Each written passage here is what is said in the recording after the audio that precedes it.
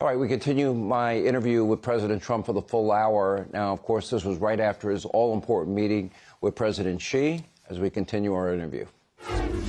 Let me go to the issue of trade, tariffs, intellectual property theft. I'm sure, especially with all those big business people you brought in, those are big.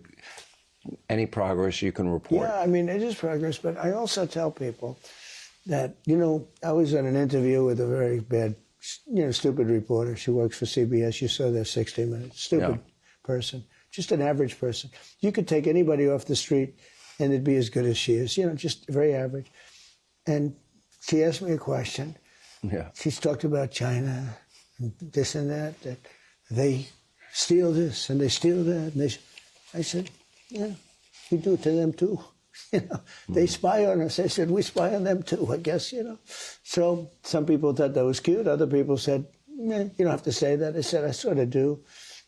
No, we do things and they do things, and that's the way it is. Now, with that being said, I spoke to him very strongly about that, and I'd like to see it taken care of. But they've been doing that for 50 years. Will we see a change? In other words, will there be an improvement with trade? Fentanyl is way down coming into the country for two reasons. The border's strong, but it's also down because they're sending less. We taxed them. I gave them a 20% tariff, and because of fentanyl, it was like a penalty. Nobody ever did that. You didn't know that probably. I gave them a 20% tariff because they're sending fentanyl. It's a huge amount of money.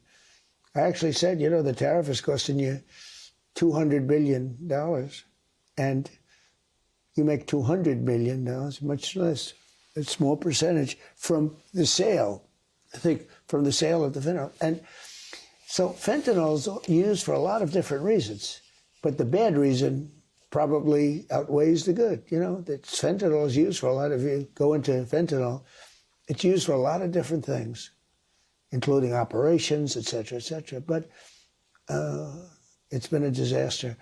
But as you know, I put on a charge of 20%, a tariff of 20%. Nobody else would do that. And we do well with China, and I think we'll both do well. These people really, what I'd like to see, China doesn't open the country. It's massive. It would be unbelievable for our companies if they opened it, and I think it would be good for China too. Any indication they will open? Well, they're going to open some of it, yeah. They open it in stages. I'd like to just see them open it. But, they guard their country, and he cherishes his country. He wants to take, he wants China to be, What does he want from you? What does he want? is the greatest phrase of all time. But what does he want from us? They have a similar. What does he want from the U.S.? A lot of things. We talked about a lot of things. Too many things to discuss, but a lot of things. We had a very good meeting, but we want things from them. One thing he agreed to today is going to order 200 jets. That's a big thing, Boeing. 200 big ones. That's a lot of jobs. That's a lot. Boeing wanted 150, he got 200.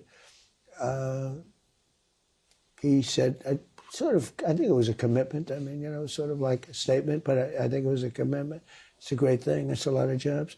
Boeing's doing a good job. They're catching up. The requests were a lot, and our requests were a lot. We requested for a lot.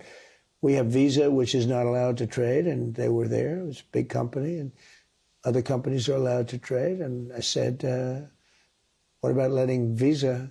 We had the head of Visa there today, by the way. Visa's a big deal. I said, what about using Visa in China? For some reason, they were blackballed. And maybe that'll come off. So we had a lot of, we were in there for a few hours, right?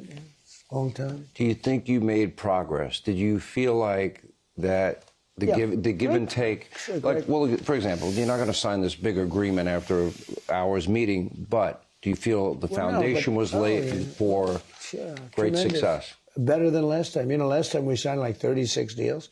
This time it's much bigger than that. Talked about soybeans for our farmers. They're going to do a lot of soybeans for our farmers. They're going to be buying a lot of our farm product, which is great. They have an unlimited appetite, as the expression goes. They can buy as much as they, when you have that many people, they need it. And we have the best product. We're the best, sort of the best of everything. And they'll be doing that. Very farmer to me is very, you know, I must have gotten 95% of the farm vote. And by the way, we just signed the farm bill, or we just approved the farm bill in Congress, which a lot of people thought was not going to happen. You know, the Democrats are against farmers. You believe it? I say, how can they be against? Add that to the men and women's sports center. The Democrats are against farmers. Can you believe it? So anyway, they're defective. I came up with a new name. I don't know if I should. I know which one it is. Democrats. Because they're dumb. They're dumb. It's D-U-M. I got rid of the B. So you're only changing one letter, right? E goes and the U comes. It's a Democrat. You know you take up more space in people's heads than any one person on the face of this earth, right? You live rent-free. I was talking about a guy, Hakeem Jeffries. He's a very low IQ individual. And I talked about him. He said, he's a dumb guy. He's a Democrat. And I said, oh, what a great name that is. So let me ask you this. The issue, and you've been asked about it, and you've spoken about it, and that is China's support of Iran. How big a discussion was that today? We discussed it. I mean, when you say support, they're not fighting a war with us or anything. No. He said he's not going to give military equipment. That's a big statement. He said that today. That's a big statement. He said that strongly. But at the same time, he said, you know, they buy a lot of their oil there, and they'd like to keep doing that. He'd like to see Hormuz Strait opened. I said, well, we didn't stop it. They did it, then we stopped them. You know, sort of interesting. He joked. He said, you know, it's sort of, if they stopped it, then you stopped them. But they'd like to see it opened. But they actually closed it. He didn't like the fact that they're charging tolls. I don't know if they are or not. I don't know who would pay them. I mean, where do they put the money? The country's decimated. You know, they're charging tolls. Where's the money going? Do you think President Xi and China have the ability to influence the Iranians, considering they are one of their biggest probably, customers?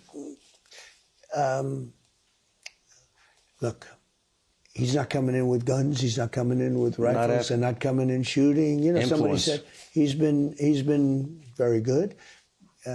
They get a lot of their oil, 40% of their oil from that location.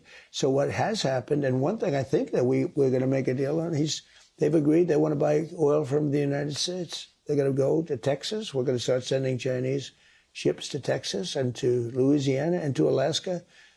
And I think that was another thing that was agreed to. That's a big thing. What about liquefied natural gas? It's not that much longer. Gas, too? Yeah, everything. Energy. Energy. That's the one thing. They really need energy. That's the one thing. They have an insatiable appetite for energy, and we have unlimited energy. Do you know, we've now, under me, but we now produce more than, if you combine Saudi Arabia, and before the war, if you took Saudi Arabia, Russia, put them together, we're doing twice as much oil and gas as they are. Think of that. It's amazing. Venezuela is one. We're two. Called drill, baby drill, right? Oh. Well, I mean, when you really think about it, if they have a problem with Iran, and they need the strait more than we need it open. We don't need it at all. We don't need it at all? We don't need it at all. Fair enough.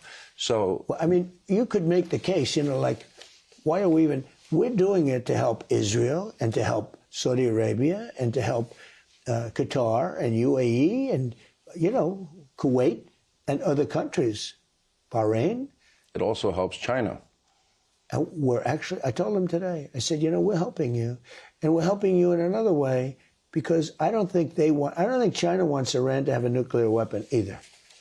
I said, they're stone cold crazy. You don't need them having a nuclear weapon either. What did he say?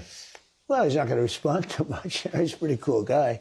He's not going to say, oh, gee, that's a good point. I think he might. What's he going to do? Oh, say, I mean, what a wonderful point. You think he agreed? Yeah, I think... That was the impression. I don't think he wants them to have... No, he would like to see it end. But he's been good about it, you know. Hasn't done anything hostile. They get discounted oil from Iran. Here's a thought. Because if you're going to expand trade, and it's going to include benefits for our farmers, and it's going to include manufacturing, and all those, you know, top CEOs and executives that you brought into that meeting that they didn't expect, I would imagine that there probably is a deal to be had on the energy front, which would be great for our country, because So I told him I'd love to see you buy oil from Texas and Louisiana, from the United States, Alaska. We've got so much of it. And he said he likes the idea. He'd like to talk about that. I think it'll happen. Yeah. That's a big deal. That's a big deal. I don't know. I think that would be a huge announcement. Look, they're doing it right now. They're sending Chinese ships up to buy oil. They do.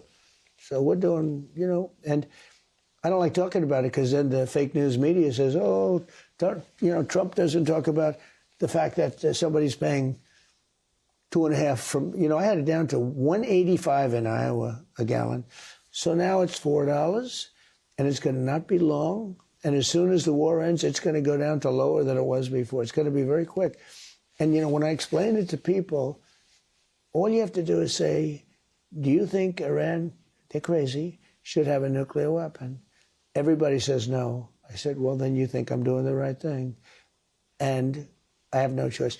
The sad thing is that we had just broken every record on the stock market, as you know. I thought the market would go down 20, 25 points. It didn't. It's higher now than it was before we started. All right. If you want, well, what? But isn't that amazing? What do you think? It is amazing. And, I know people around you told you oil prices would go up.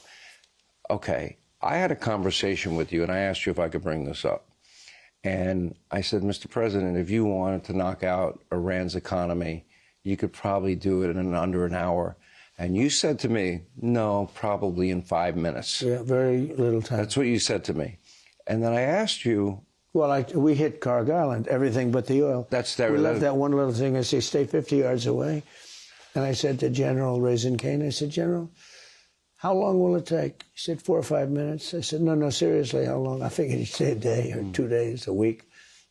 He said, no, only 4 or 5 minutes. They wiped out the whole island, except they left the nozzle. That's where the oil comes out, just in case. You know what? That would end this conflict. That would end this war. Well, it would, but then you said to me... Then you'd lose a lot of oil.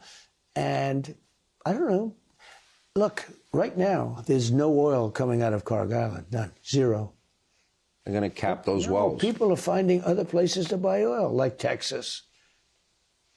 So I don't want to say we're making a fortune. You understand that? Because if I say, they're going to say, oh, he forgets about the little man, with the $4 gasoline. You said, the reason, you said to me, this would wipe out their economy for over a decade. It's a population of over 90 million people that have been oppressed for 47 plus years. Yeah. And you said you didn't want to do that if you didn't have to. So if I don't have to, I don't. Oh, that's the easiest shot of all. That would be done in 1 minute.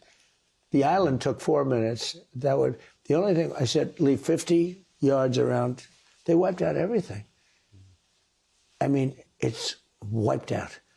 It would take one plane, 1 minute. That's all it would take. When you do that, you start off, that's a big statement to do that.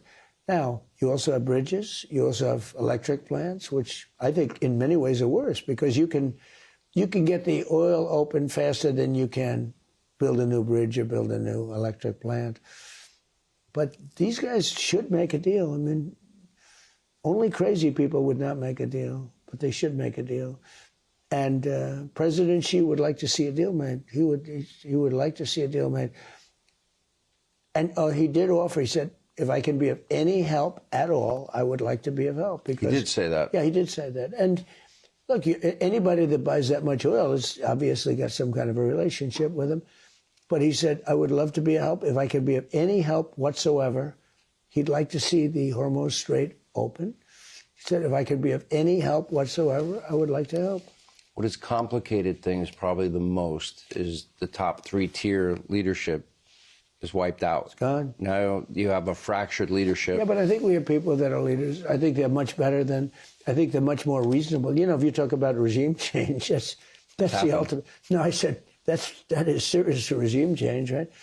The third tier that we're dealing with now, I think they're actually much more reasonable and in many ways smarter than the first tier and the second tier, who are no longer with us. And why do they go forwards and backwards? They make a deal, and the next day, like we waited 5 days for a letter that should have been there 1 hour. I said, where's the letter? They're having a lot of turmoil. They got nothing but turmoil inside.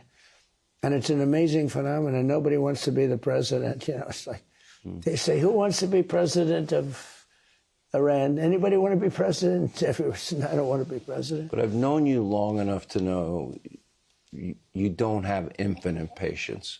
You have patience. You're being patient. No, I'm not going to be much more patient. No, I'm not. They should make a deal. Any sane person would make a deal. But they might be crazy. All right, thanks for watching. Check out my new podcast, Hanging Out with me, Sean Hannity. The big interviews, the debates you won't get anywhere else. Like and subscribe for new episodes every Tuesday and Thursday.